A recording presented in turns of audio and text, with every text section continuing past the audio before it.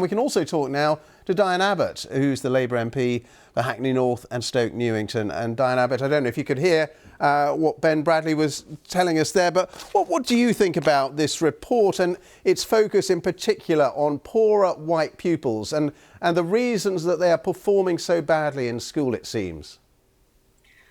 This is a Tory report.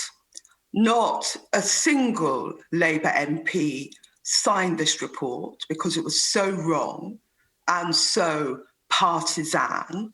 And what it is a ruthless attempt to play culture wars with education.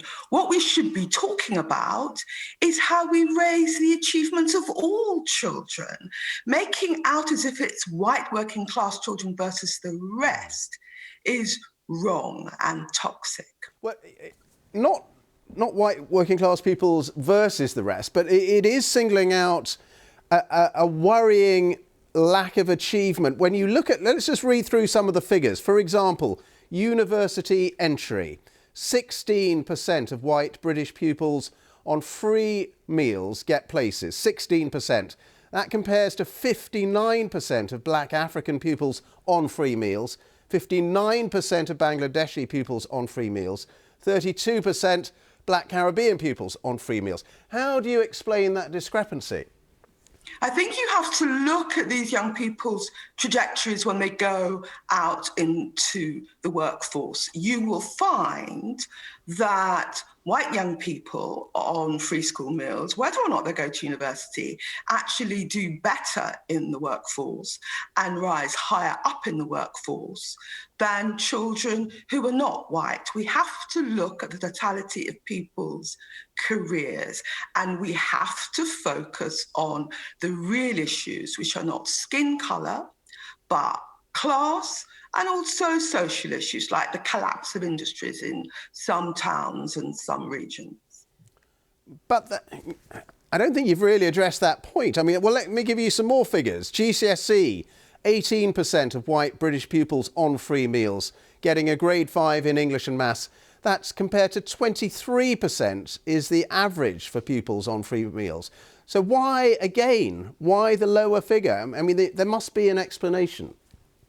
You have to look at the totality of people's careers. And if it were true... Whose careers? Sorry, what are you talking about? Are you talking about their parents' careers?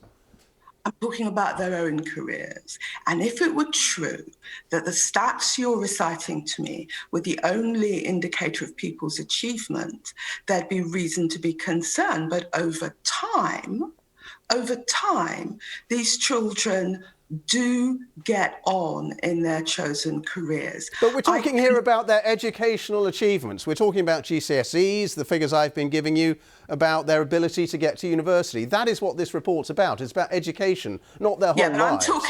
I'm talking about their lives. And if you look at these children's lives, you will find that although some migrant communities may make more headway in relation to higher education, if you look at people's lives, these things, to coin a phrase, level up. Nothing could be more detrimental than focusing on white working class children as if that is the only issue. Black children and minority children have much higher levels of exclusions. Black children and minority children are much more likely to find themselves in the criminal justice system. We need to look at those issues too, not just look at white working class children as if that's the only issue. It's playing culture wars, and it's wrong. Well, surely it's just taking the figures. I mean, you're saying these things level up. That's what you just said. But that sounds to me like an excuse for saying that these different levels of achievement and attainment at school sort of don't matter. Is that what you're saying? You're making an excuse for an entirely ruthless attempt by a group of entirely Tory members of Parliament. If there was any basis to this report, some Labour MPs would have signed it. You know perfectly well that most select committee reports are all party. It is very unusual for no Labour MPs to sign it, and that's because the thinking behind it is pernicious and divisive and cultural thinking, and it's not a way to raise standard for working class children generally. Diane Abbott, thank you very much for being with us here on BBC News.